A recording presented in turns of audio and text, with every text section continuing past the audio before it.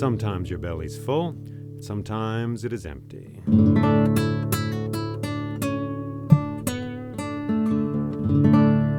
There is hunger and there is thirst, and there is contentment.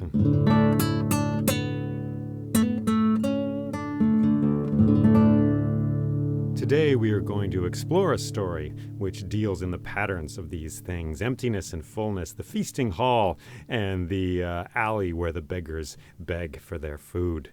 It's a story from the Mabinogion, a medieval Welsh collection of stories. This is the Crane Bag Podcast, and my name is Jay Leeming.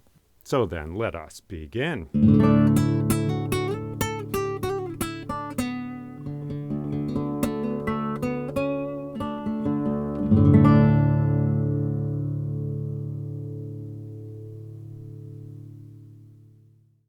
Well, once there was a hill, and it was called the Hill of Arberth. And beside this hill there was a castle, and in this castle lived a man named Powell. And Powell was a king, but he had no queen. Still, that castle was the site of much rejoicing, and there were often feasts there, and the lords and ladies would come. And the food was delicious, and the wine sparkled in the glasses, and the candles were bright, and the songs were sung. The beautiful songs, luminous ancient songs that hold up this world even as they blossom into the silence like fresh green shoots out of darkness. So beautiful feasts were had in this castle. And on one summer day, after a feast, early in the afternoon, King Powell and some of his men left the feast and went outside. It was a beautiful day. The grass was all around the castle. The wind was whispering through it. Far off they could see the ocean crashing against the shore, and beside them was the great hill of Arberth. And King Powell said, "Friends, let us climb this hill and see what we can see from the top." And one among them spoke up, a man who some say was a druid, and he said, "Your Majesty, you should know that this hill has some magical properties. For it is said that if a man of noble blood sits down at the top of this hill, he will either be subject to blows and injuries, or he shall see a great wonder."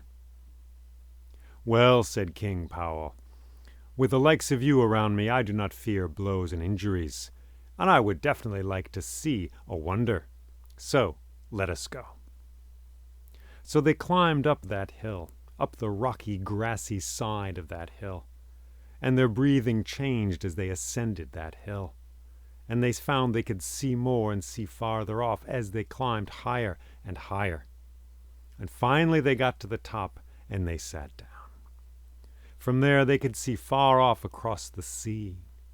They could see distant towns. They could see cows and goats grazing in fields. They could look all along the shore of that sea. And as they looked, they saw far in the distance a white horse. And on the back of this white horse there was a woman. And she had golden hair. And this golden hair was rippling in the breezes that blew along that shore. And that horse was like a wave on the sea. And this woman was riding that wave across the sand of that shore. And Powell said, "One of you go, find out who that woman is and why she is here." So one among them, a man who was a very fast runner, he stood up and he ran down the hill.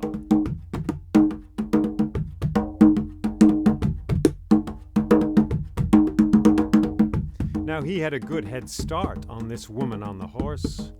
She was coming along the shore, and he was far ahead of her.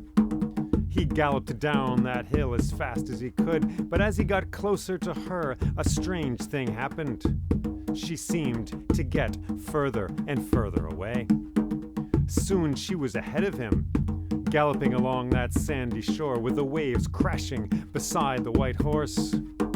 And the man ran and ran as fast as he could. He was a fast runner. Still, he could not catch her. And soon she was a speck in the distance, and soon she disappeared.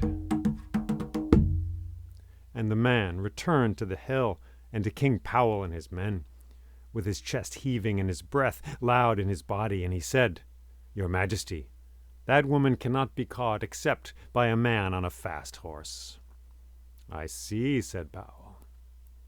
So they descended that hill and went into the castle, and spent the night in singing and carousing and in telling stories.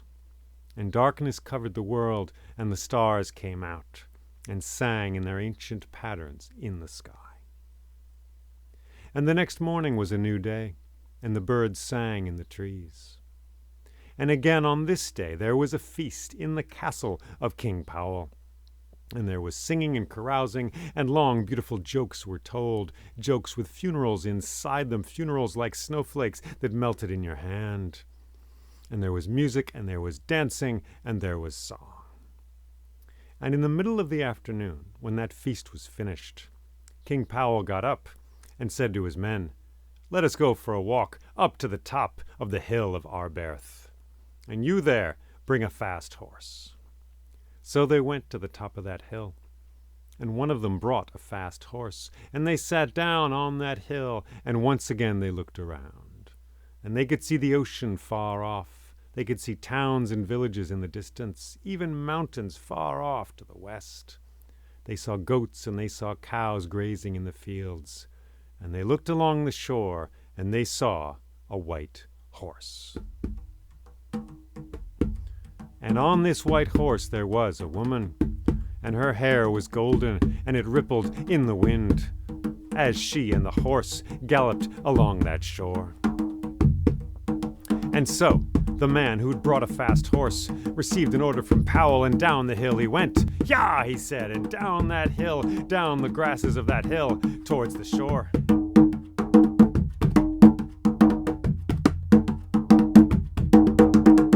Now he had a good head start. He was far ahead of this woman on her horse.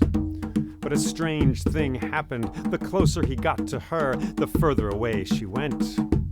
And soon she was ahead of him, and soon she was a speck receding into the distance, and soon she could not be seen. And the man turned his horse around and went to the top of the hill of Arberth. The nostrils of the horse were flaring. It was tired, and the man was tired as well, and he said, "Your Majesty, I don't think this woman can be caught." "So it seems," said Powell. So they looked around for a while, and then they returned to the castle. And that night, too, was spent in singing and carousing and the telling of beautiful stories. And darkness covered the world, and the stars came out. And everyone slept, and everyone dreamed. And in the morning the birds sang in the trees, and everyone awoke. And that day as well there was another feast. And there was more singing and more carousing and the telling of more stories, each story like a spiraling shell with another shell inside it, each story like a wind blowing open a door in your thoughts you did not know was there. And when that feast was finished, it was mid-afternoon. And once again King Powell said, "Dear friends, let us go climb up to the top of the hill of Arberth." And so they went, but this time Powell brought his own horse. And they all went to the top of that hill, and they sat there. And they saw the ocean crashing and collapsing far off. And they saw goats and cows grazing in the fields. And they saw distant villages and a river far off and mountains in the distance. And they looked down the shore, and they saw a white horse. And on the back of this white horse was a woman with long golden hair that rippled in the wind. And that horse was like a wave on the sea, and the woman riding it rode that wave forward through the world. And as soon as she came into view, Powell got on his own horse, and he said, "Yah!" and they were off down that hill. And the wind blew in his face as he descended towards the shore.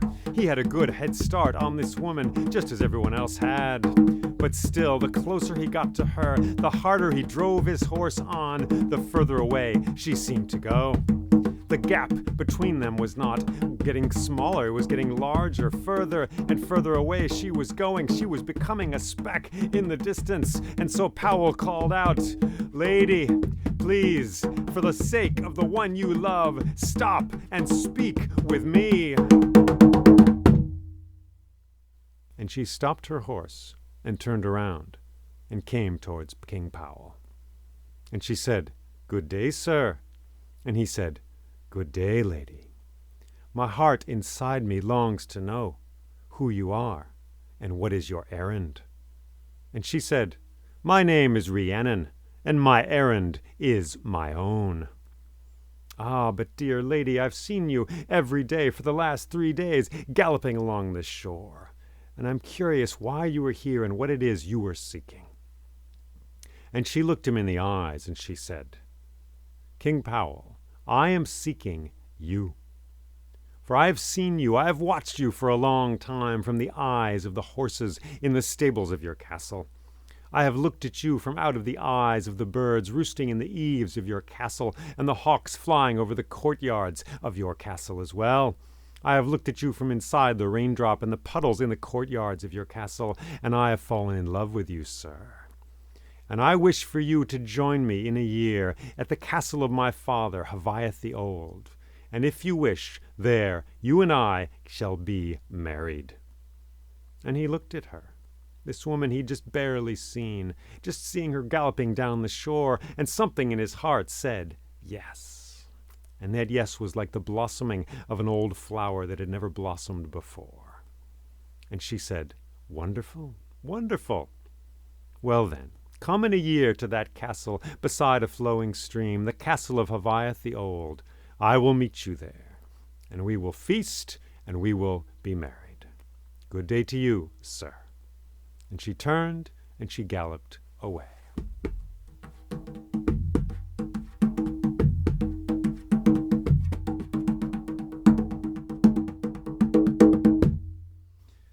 And Powell returned up to the top of the hill. And all his men asked him what had happened. What did she say? Where is she from? Where is she going? But he had few answers for them. In fact, he had no answer at all. He did not speak of it.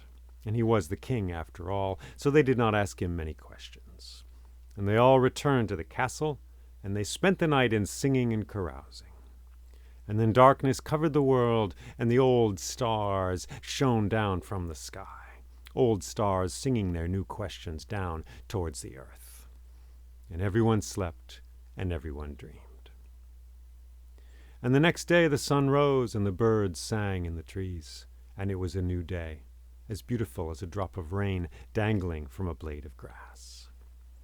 And so day followed day, and soon the weeks came, and the weeks became months.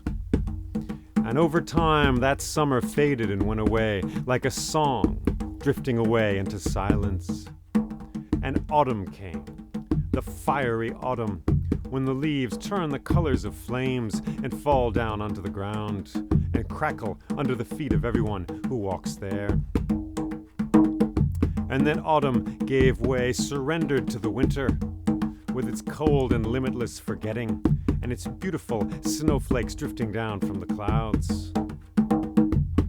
And King Powell and his men and the lords and ladies of that castle lived and breathed and sang and argued and dreamed and told jokes and sang beautiful stories into the air. And always at the edge of his thoughts, Powell remembered Rhiannon on the white horse.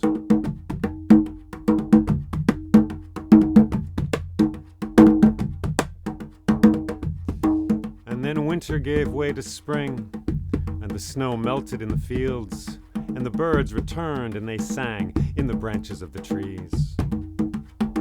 And then summer came, the high and beautiful summer, like the height of a great song. And the days passed one after the other, and soon Powell knew would come the day when he must set out for the castle of Havaeth the Old.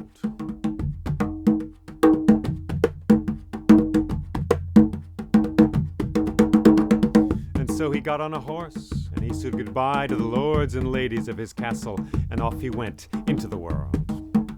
And and he wandered this way and that way. For Rhiannon had given him directions on how to reach that castle.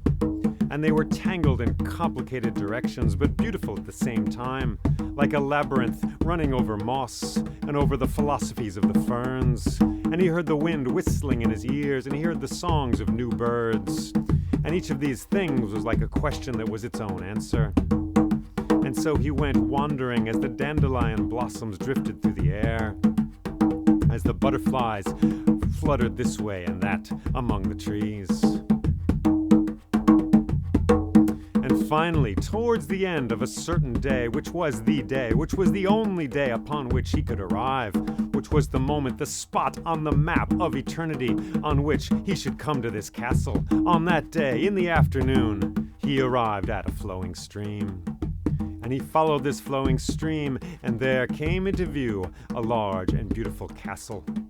Made of blue stone it was, with high towers with flags flying from those towers.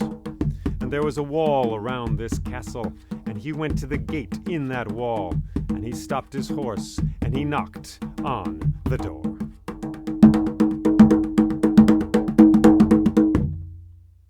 And the guards came, and they opened the gate, and they asked him who he was. And he said, I am Lord Powell, King Powell. I have come a long way to see Rhiannon. And they said, oh, yes, you are the one. Yes, indeed. Come inside, come inside. And some folks came, and they took care of his horse and led his horse away to be cared for the night. And they led him through an orchard, for there was a large orchard between the wall of the castle and the castle itself. And then they entered the castle, and there was the sound of laughter in the air, and the sound of music as well, of strings being plucked and voices rising in song. And they went through the corridors until they came to a great blazing and beautiful feasting hall. And there were tables there, and there were people eating and drinking, and there was laughter and song in the air. And there was a long table at the end of this room, and there sat Rhiannon, and beside her was her father, Haviath the Old, and on her other side there was an empty chair. And King Powell walked up to this table, and Rhiannon stood up and took his hands and squeezed his hands, and said, Good day, sir. I am so glad you are here. My heart is a flower blossoming at the sight of you. Ah, it is a beautiful thing that you are here. Come, sit beside me, and we shall feast together. So he sat, and there was laughter, and there was song, and there was roast swan, and there were partridges, and there were beautiful breads, and delicious things of all kinds, roast apples, a pineapple brought from Spain, all kinds of lovely things, beautiful wine that was sweet and tangy like a fire burning inside an ocean far off. Beautiful things. And Powell enjoyed his time there, and he sang songs with the others, and he laughed with the others, and he told jokes and stories as well. And he drank quite a bit of that wine, it must be said. And then into that feasting hall there came a man. And he came walking, and he was not smiling, and he was not laughing, but he came in a grubby sort of way down the aisle of this feasting hall. And he came towards that large table. And he approached that table, and he said, Good day, sir. And Powell said, Good day to you, sir. Good day. What brings you to this place? And the man said, I am a suppliant. I am a beggar. Aye, indeed, indeed, said Powell. Yes, well, I will give you anything you desire. Will you, sir? Yes, indeed, I'm in a generous mood. Today is a beautiful day. I will give you whatever you desire. And Rhiannon, beside Powell, said, Oh, Lord, why did you say that? What? Why did you say that? She said. And the man approached the table now, and he looked Rhiannon in the eyes, and he said, Lady, did you hear what he said? Yes, I did, sir. And Powell got a sinking feeling in his belly, and he said, Good day, sir. What do you want? What can I provide for you? You said you are a beggar. What can I give to you? How can I be generous? And the man said, My name is Gwal, son of Clud, and I have a request. I have something I want, and it is this. I request the hand of Rhiannon in marriage. What? Said Powell. Yes, he said, I request the hand of Rhiannon in marriage. And Rhiannon said, This is the man I was to be given to against my will. Now look what you've done. Lady, I did not know who she was. What's the way out of this? Never fear, she said, I have a plan. And Rhiannon stood up and said, Gwal, son of Clud, you shall receive what you desire, but you must be patient. You must return to this castle in 1 year. And then there will be a great feast, and the next day there shall be a wedding. Can you do that, sir?" "I can, lady," he said. "I know what it is to wait." "Good day to you." So Gwal turned, and he walked from the feasting hall. And Powell said to Rhiannon, "Lady, how will this help? What is going to happen?" And she said, "Have no fear. I have a plan. What we must do is this. When you leave this feast, you must take with you a bag, a certain bag which I will give you. And then for 1 entire year, you must live off only the contents of this bag. You must beg. You must go wherever you need to go. You must ask others. You must live off the generosity of others. You must create no food for yourself. You must receive only what comes to you from the wind and from the whims of the passengers of this earth, the other strangers, the people in this world that you run into. So you must beg for an entire year and live only off what you can beg from others." "How will this help?" said Powell. "Have no fear," she said. "Just return to this castle in 1 year. There will be a feast here. But make sure that when you return, you have given word to 99 of your best men, and have them lay in wait outside this castle. Have them waiting in the orchard, in fact, and make sure they are ready for battle. And you yourself should make sure you have a hunting horn with you. And bring your bag and come into the feasting hall, and come to this table and ask for your bag to be filled with food. I will take care of the rest." And King Powell was somewhat mystified, but she seemed very certain about these things, and there was a fire and a delight in her eyes which was not to be argued with. So he looked at her, and he nodded, and he said, "Lady, I shall do as you say." And so he sat down, and Rhiannon sat down, and they enjoyed the feast. And it was the same feast as before, but for Powell it was not quite the same. He took a sip of the wine, he took a bite out of some bread, out of some roast duck on his plate, and then halfway through chewing the duck, he thought to himself, begging for 1 year. 1 year living as a beggar. And suddenly the flavor of that duck in his mouth, the taste of the wine, the taste of the bread, all these flavors seemed to be heightened in their power. They deepened within him. He tasted them in a deeper way, knowing that they would be taken from him, quite possibly. And he ate a bit of cake, and he heard the songs, and he heard the laughter and the jokes in that hall. And he marveled at them, and he was happy to hear them, but in a way there was a tear inside his laughter, and a secret fear as well. So the feast went on, and everyone was happy, and they smiled, and they argued, and they were sad in the best way, and they were happy in the worst way, and they whirled around in the dance of conversation and the entanglements of argument and talk and story and song, and all of these things wove a beautiful tapestry, which was the moment of that feast. And when that feast was over, people began to go away and go to sleep. It was the end of the day. Twilight was coming. The sun had gone down. The soft light of that sun was spreading through the apple trees outside. And Rhiannon went to the door of the feasting hall with King Powell. And she went away for a moment and came back with a bag. And she gave the bag to him. "Here you are, sir. Live for a year only off of what you can beg from others. And then return to this castle, and I will meet you here." "Very good, my lady," said Powell. And she kissed him on the cheek, and he turned and walked with his bag through the apple orchard, past the trees filled with fruit, under the spreading boughs of these beautiful trees, their leaves like laughter in the summer air. And the wind rustled through those leaves. And he came to the gate of the castle, and he went outside, and the gate closed behind him. It was getting dark, and he turned and looked back, and he could see the windows of the castle. They were filled with light, and he could hear laughter and a stray song coming from that castle. But he turned and left that behind him and walked out into the forest. And he found a place under some bushes there, and he lay down and he slept. And it was cold that night, and he awoke and he was hungry, but there was no food in his bag. He looked around in the forest. He did not find much. And so he wandered away to a nearby town, and there was a marketplace there. And he had his bag with him, and he had his royal robes on, but still he was a beggar, of course. So he went and he begged. And he asked for food from everyone he could find there, and some people cursed him, and some even kicked him, but someone gave him a bruised apple, and someone else gave him a piece of old moldy cheese. And he ate the part of the apple which was not bruised, and he ate the part of the cheese which was not moldy. And it was not a very good breakfast, but it was something. And about mid-morning he was hungry again, so he begged some more. So all day he spent begging from the people in this town. And many people cursed him and yelled at him, "Get out of here, you beggar! Out of here! No, get out of here!" They talked to him like you talk to a dog. But other people were kind, and they gave him things: a piece of old carrot, a pear, a piece of cheese. So that day went, and when that day was over, he slunk off into the forest, and he lay down under some bushes, and he slept. So that was that day.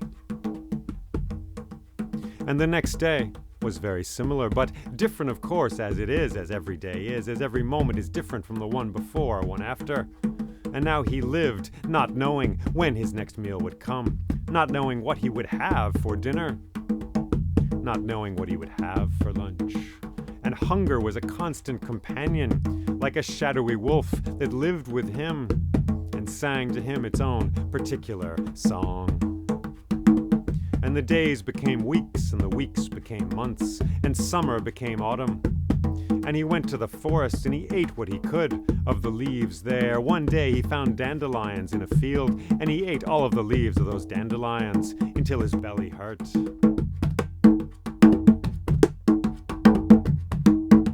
And he wandered this way and that way, and when the people in that town were tired of him, he went to another village, and he begged there as well. And over time, his kingly robes became muddy and torn, and his boots got worn down. They were covered with mud as well. And then the winter came, winter like an old bone left under a chair, winter like a rusty spoon, winter like the call of a raven in the Halloween air. And he did not have much to eat. And often he slept in the doorways of stores in the villages. And he wandered, and sometimes he slept in the fields, but it was cold there. And each day was a new quest to keep himself alive. And sometimes there was kindness which came to him from the family of people around him, the men and the women, the boys and the girls. And sometimes there was cruelty. And there were curses, and there were kicks, and there were blows. Someone threw a stick at him at a market one time. Someone else threw him an old apple core, but still he gnawed on that apple core.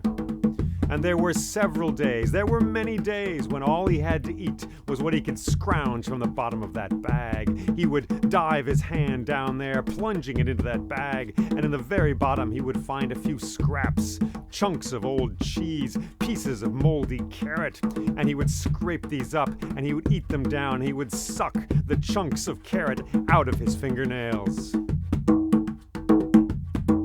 So he became thinner than he'd ever been before. But slowly the sound of winter deepened into spring, and spring opened up its doors, and the bees returned and buzzed amid the flowers. And now there were berries on the branches of the bushes he passed, and he would eat those berries. And now there were certain leaves in the forest which he would swallow and eat and chew a long time, and he would be nourished, well, a little bit. And then summer came with its high clouds and its beautiful songs of its birds. And day by day passed, and soon would come the day, the moment, the spot on the map of time where he should be, where he should go, where he should find his way back to the castle of Rhiannon and her father, Haviath the Old.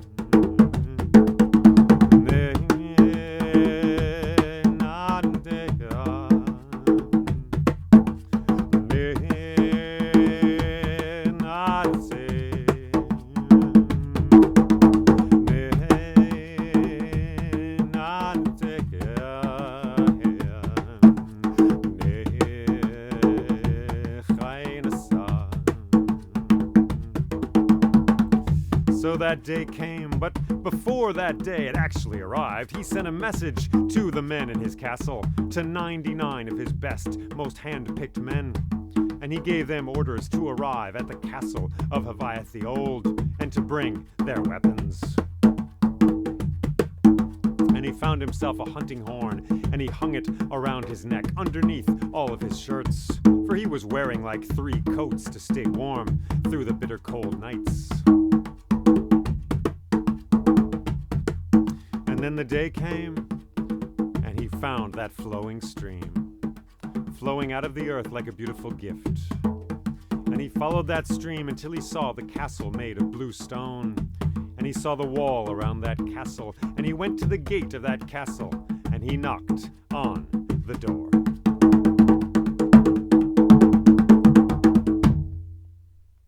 And the guards came to the gate, and they looked at him.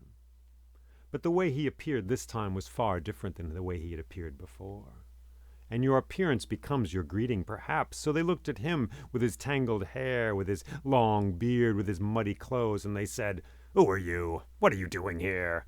And he said, "I am a beggar. I am a suppliant. I have come to beg from this place."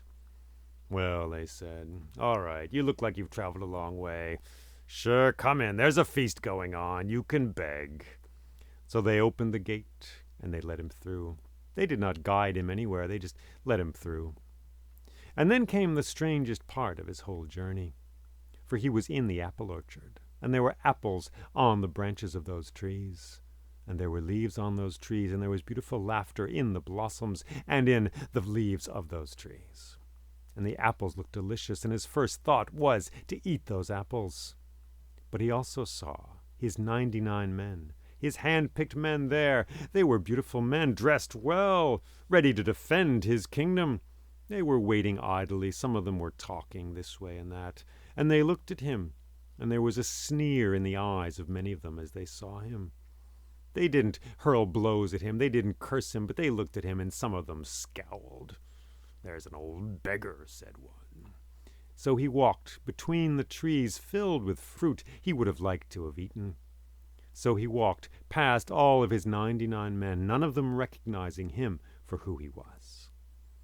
And he walked into the castle, and down the old remembered way that he'd gone down a year before, down the corridor towards the feasting hall. And he entered that feasting hall, and it was a place of laughter and of song and of great joy. And the candles were burning brightly, and there at a large table was Rhiannon, and beside her was Haviath the Old, and on her other side was Gwal, son of Clud. And he was drinking, and he was shouting, and he was leading others in a song. And Powell looked around, and at the edge of that room he saw all of the bodyguards of Gwal, son of Clud. They had long silver spears. And he walked up through that feasting hall, up the aisle there towards the great table. They were singing, they were laughing, they did not quite notice him, and then they did notice him, and Gwal looked at Powell, and Powell looked at Gwal, and he came to that table, and he said, "Greetings, sir, I am a suppliant, I am a beggar." "Yes, yes," said Gwal, "I can see that. What would you like, beggar? I'm in a good mood. What would you like?" And Powell said, "Oh, not much. All I require is that someone fill my bag with food." "Oh, that's an easy thing," said Gwal. "No trouble." And he called to some servants, and they came, and Powell opened his bag, and the servants stuffed some bread and some roast chicken into that bag. But it was a funny thing. As soon as those things went into the bag, those things disappeared. It was as if they'd never been there. It was as if the bag was bottomless. So the servants looked around a bit mystified. They grabbed a cake, some apples, a pineapple, some baked potatoes. They threw them down into that bag as well.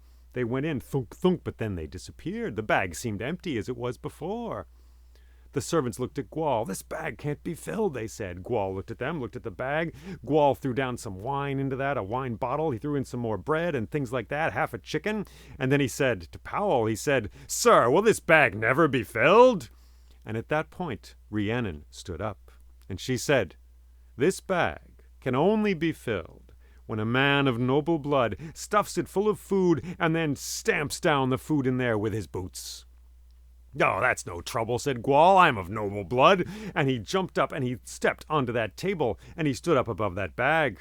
And Powell opened that bag wide, wide open, and he looked up at Gwal. And Gwal threw down some bread, and half a chicken, and a duck as well, a roast duck, and some carrots. And then he took his big boot, and he stomped these things down into the bag. But as he did so, he lost his footing, and he slipped, and he fell, in fact, into the bag himself. And the bag swallowed him up, and he was in there, and Powell cinched the bag tight, and all of Gwal's bodyguards at the edges of the room grabbed their spears and gave a shout and rushed forward. But as they did so, Powell took hold of that hunting horn, and he blew one clear note that went out like a ripple across a pond, out of that feasting hall, through the castle, and into the apple orchard.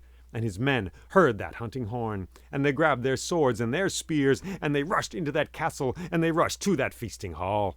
And they overpowered the bodyguards of Gwal, and suddenly all was silent, and there was Powell holding that bag with the top of it cinched tight, with clearly something inside the bag, a man, and he was struggling and squirming this way and that. And then the chief of Powell's guard came walking up to that table, and he said, "Good day, your majesty. What is it you have there in the bag?" And Powell said, "This is a badger I have in this bag."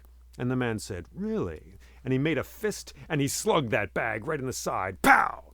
And then another man came up, and he went to Powell as well, and he said, "Powell there, your majesty, what is it you have in that bag?" "Well, I have a badger in this bag," Powell said. And this man gave the bag a good kick, wham, like that. So all of the 99 men, who were Powell's men, who'd come from his castle far off, they all went to the top of the room there, the head of the room, and they all gave that bag a punch or a kick or a twist of some kind. And after they were finished, there came a voice from that bag, and the voice said, "Mercy, mercy, for I am in need of a healing bath." "A healing bath you shall have," said Powell, "but first you must swear not to seek the hand of Rhiannon in marriage ever again." "I swear," the voice said. And Powell said, "And secondly, you must swear not to seek revenge against me or my family or any of my friends." "I swear," he said. "And finally, you must swear that neither you nor your friends nor your family will take any kind of revenges upon myself or Rhiannon or any one of our family or our friends." "I swear," said Gwal in the bag. And then Rhiannon stood up, and she said, "And finally, you must swear that tomorrow you will host a great feast. And every beggar who comes into that feast and asks something of you, you must provide them what they ask for. And you must do so out of your own wealth and your own generosity of heart." "I swear," said Gwal. "All right then," said Powell. And so Gwal's bodyguards came, and they lifted that bag up, and they put it on a horse. And they galloped away, and they took Gwal away for a healing bath. And Powell sat down beside Rhiannon, and the feast resumed. And then the musicians began to play, and song and laughter filled the air. And Powell went and he sat down beside Rhiannon in the chair there. And she smiled at him and squeezed his hands and kissed him on the cheek. And that feast was beautiful. And there was laughter, and there was good food, and there was roast swan. And Powell ate as he had never eaten before. And he enjoyed every morsel. He enjoyed the sweet, salty tang of every flavor in that feast. And that night he and Rhiannon slept together in the room in the castle, and there they enjoyed the delights of love. And darkness covered the world, and the stars came out with their fresh ancient songs. And in the morning the sun rose and the birds sang.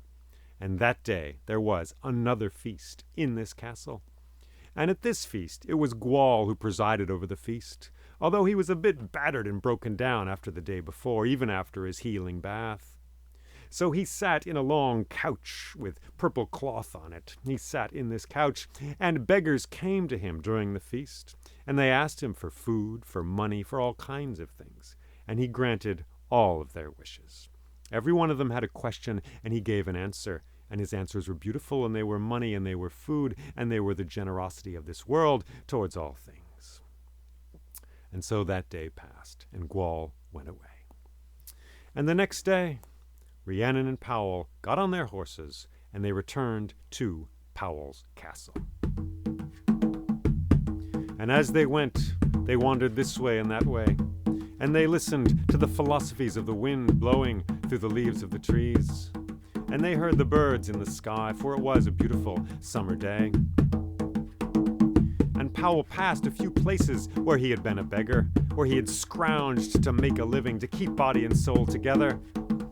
And these memories fell deep into him, like leaves to the floor of a forest, and they became the ground, the being, the part of him. They became a part of who he was.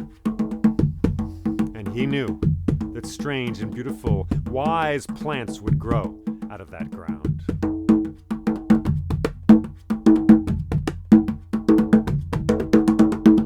And so they went this way and that way, through the valleys and over the hills and along the streams. And finally they returned to the castle of King Powell, which became the castle of King Powell and Rhiannon, of course. And there was a mighty feast, and there was a wedding. And the two of them were joined together. They said the beautiful words, joining the two of them together like two threads in a vast tapestry. And there was still another feast after this wedding. And there was laughter, and there was song, and there was carousing, and there were jokes with 90-degree angles inside them, and there were oud players playing melodies that had caves inside them where the old men write their memoirs. And there were other songs that were like harps played by beautiful women, women dreaming of pirates driving their horses across the sea in a magical way. So it was a lovely feast. And when that day was done, when that feast was over, King Powell and Rhiannon retired to the royal bedroom, and there they slept. And darkness covered the world, the old and fabulous darkness.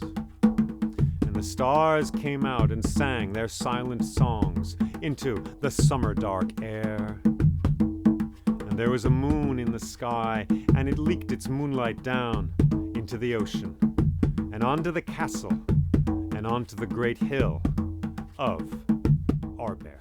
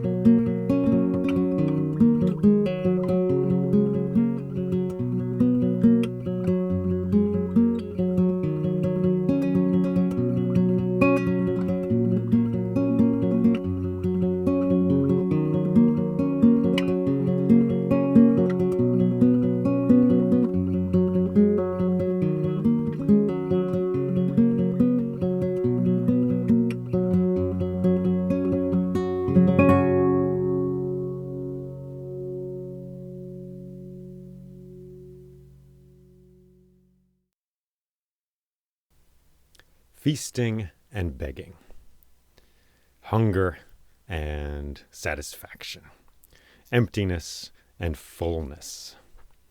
When we are satisfied, when the world is loud with life and with love and with good times, and when the world seems cold and empty bucket and full bucket. So these things dance in the pattern that is this story.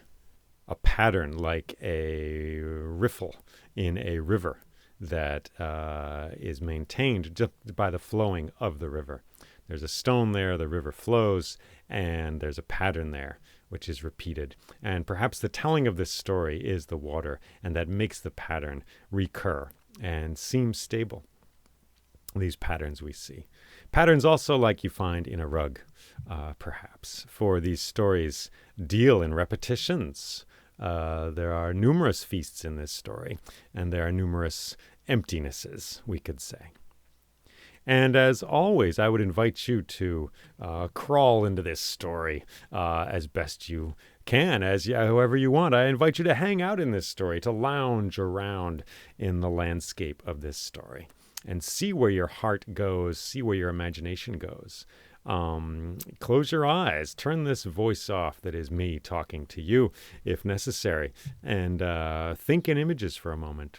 Like an experience that might have happened to you, perhaps. And what do you remember? What do you remember about last weekend, that trip you took? What are the main things that come swimming up out of the waters of memory to be luminous in your hand like a shell, sparkling with water and sunlight? What are the moments in this story which sing to you? Is it the hill of Arberth there? Is it the Rhiannon riding the white horse on the sandy shore, the shore that is the border of the ocean, the watery world, and the dry land world? Is it Gwal, son of Clwyd, climbing up that aisle and asking, begging of Powell? Is it Powell begging of Gwal later in the story? The apple orchard, the bag that is never filled, the blows and the curses that Powell receives, the windows of the castle he sees as he walks away. There are many moments in this story, and they're like beads in a necklace, and which one calls to you, which door you want to open into this story is a valuable thing to know. And it will be different today than it will be in a week or a month or a year, for gosh sakes. For me, I love that bag. Something about Rhiannon's bag is quite amazing. If this story were a mandala, like a Tibetan sand picture, or a Hindu, a mandala in the ground, if you were to make a pattern on a page, like maybe draw a circle and start at the top with the hill of Arberth, and then go in the right-hand side, the eastern side, to Rhiannon on her horse, and then go down to the bottom with the feast with Gwal, son of Clwyd, arriving. And then on the left side, that we get the year of being a beggar and the blows and curses and the emptiness of that. And then we return up the top to a feast once again. This story moves forward by feasts and absences, by hungers in some ways. But the bag calls to me that wild bag she has, such a simple thing. We've all got bags. We have various kinds of bags. But he's going to live only off what is put in that bag, the generosity of others. And the bag swallows Gwal, pretty much. He goes off to get a healing bath. It can expand magically, this bag. A beautiful sort of talisman, an amulet, a magical thing that Powell has to carry. A bag like an empty belly. And the Gwal goes into the bag, and then he's pummeled by by Powell's men there, 99 of them. I have to say, as a storyteller, I've thought of taking that out. It's mean. It's a mean thing to do. It's also a little crazy. 99 blows to this poor guy. Oh, man. But something tells me not to cut it out. It's not a wise thing to start lopping off parts of a story, especially a story that in this case is over 600 years old, coming from Wales, and comes from a culture I do not know intimately. So it's not wise to subtract things from a story, even in a story that is filled with addition and subtraction, we could say. But the bag in the 99 blows, the bag's like a belly, it seems to me, and it's almost like Gwal is digested in that belly by those blows and then changed into something else. He's going down into the fire. He's being melted and remade in that bag. And the blows then are perhaps not just mean, but essential to what he receives. And they are like the blows and curses that Powell receives as he wanders the earth, begging through a whole year, through all the seasons, through autumn, through winter, the emptiness, when nature herself is emptied out and there are no berries on the trees, when the wind blows through the bare branches. Have you been empty? Have you been hungry? Have you been full? For myself, I think of moments, when I was, in my 20s, I played in rock bands. I aspired to do that, and I would live in Minneapolis where it's very cold. I remember living off of like peanut butter and day-old bread and carrots, and walking under 35W, this big highway, to the practice space where I would eat my carrot and my peanut butter and bread, and then I would practice writing songs there in the cold, wearing like 10 coats. Well, not 10 coats, but wearing a lot of clothes, long underwear and stuff like that. But so that's an image that comes to me when I think of Powell begging, going around the world. But for me, that was more a heroic image.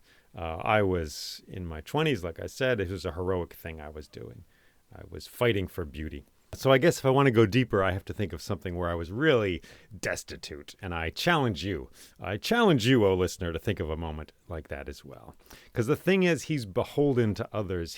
He survives only because of the generosity of others. And when were you like that? When was it a question of survival in that way?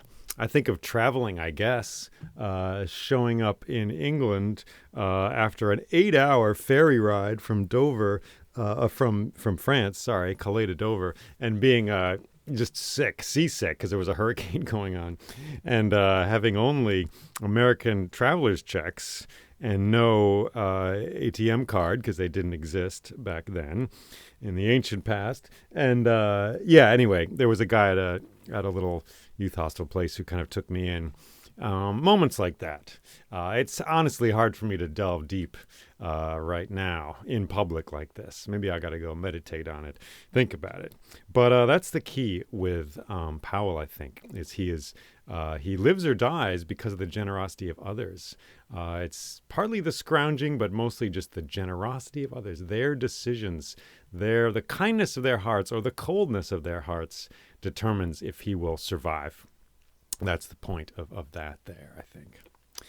Also, him looking back at the castle windows as he leaves. That's an image which gets me right away. We've all been outside the party, have we not? We've looked back and seen the golden rooms and wanted to be in there, and we've been the one on the outside, the rejected one. Some of us have more of that than others. Some of us have more of other things.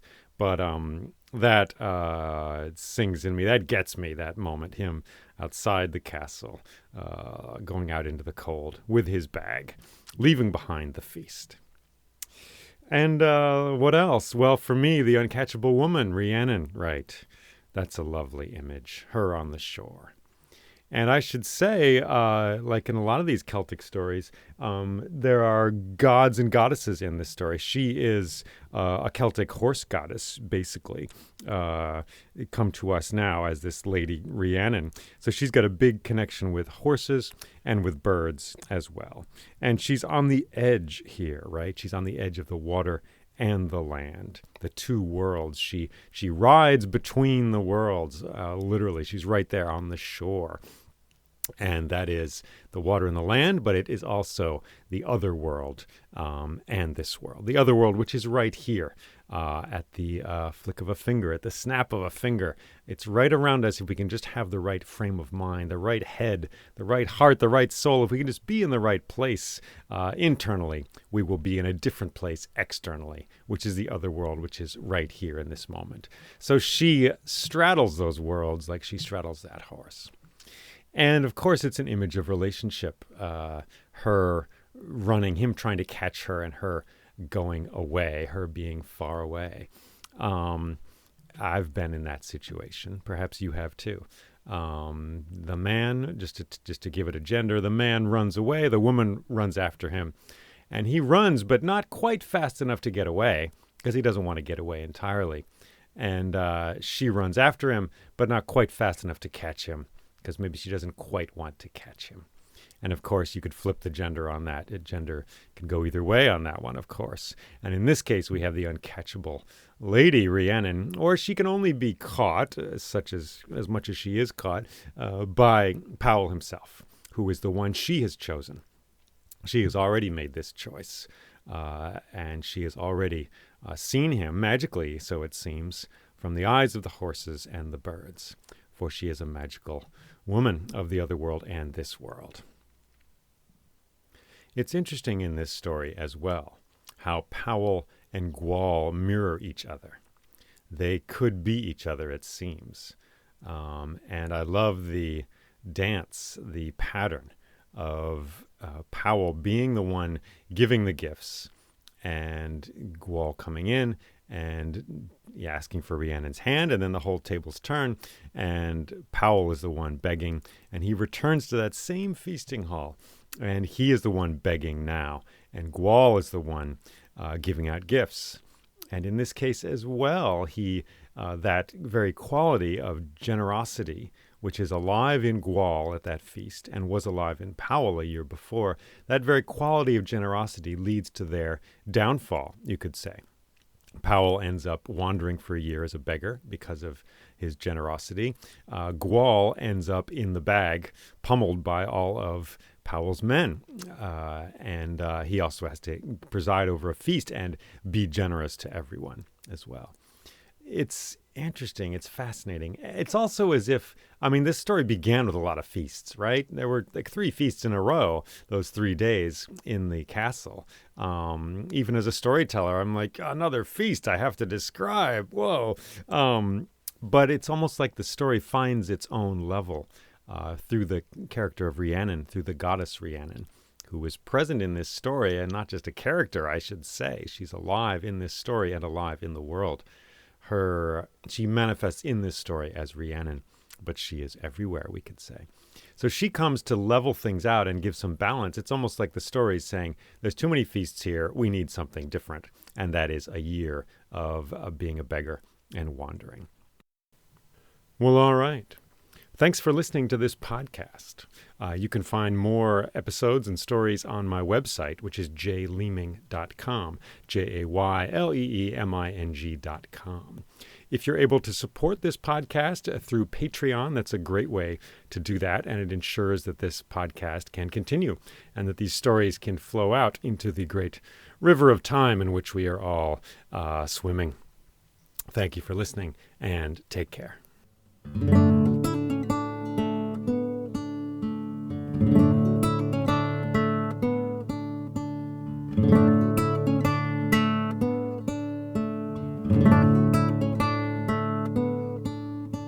Thank you.